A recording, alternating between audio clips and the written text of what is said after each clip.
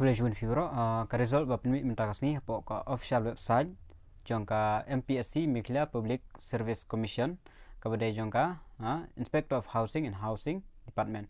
The result of the screening test to the post of Inspector of Housing in Housing Department July 2019 kene ka post pandemi advertisement house name arja ka khandai July arja ka khandai held on 18 March 2023. The screening test kipenlong Patrick March arja apply is hereby declared. Pandemi ka result kebala penlong ya ka screening test Patrick March arja apply. The candidate bearing the following roll numbers, the kini ki roll numbers kila declared to have qualified for the personal interview.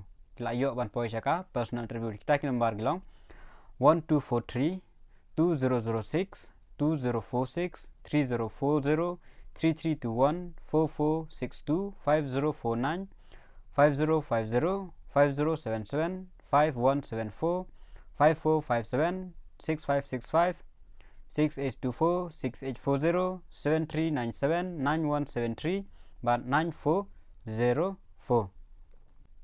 The baro ki candidate ki ba qualified namta ka personal interview ki don khat nyungut kan mau khat nyungut baro namta ka ne ka post Inspector of Housing in Housing Department.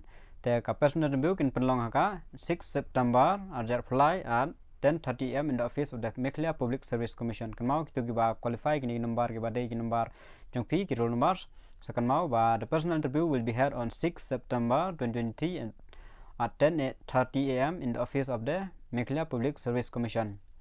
Candidate bearing the roll numbers are to download their intimation letter from the commission website. Pia ban download dia ka intimation letter na po Mpsc website ma kila dap ayang ne pia ban download na po ka commission website.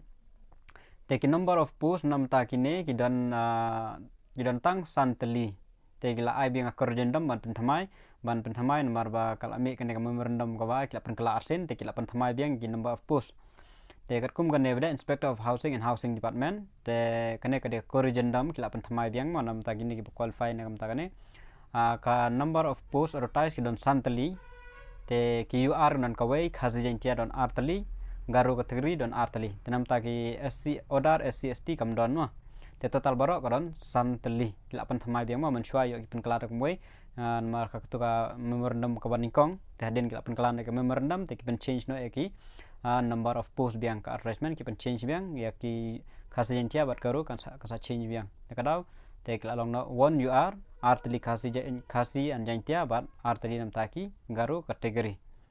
Itu kibala point namta ka interview sada bahan namta ka personal interview post kadon santali namta ka Inspector of Housing in Housing Department. Thank you jumtip kuliah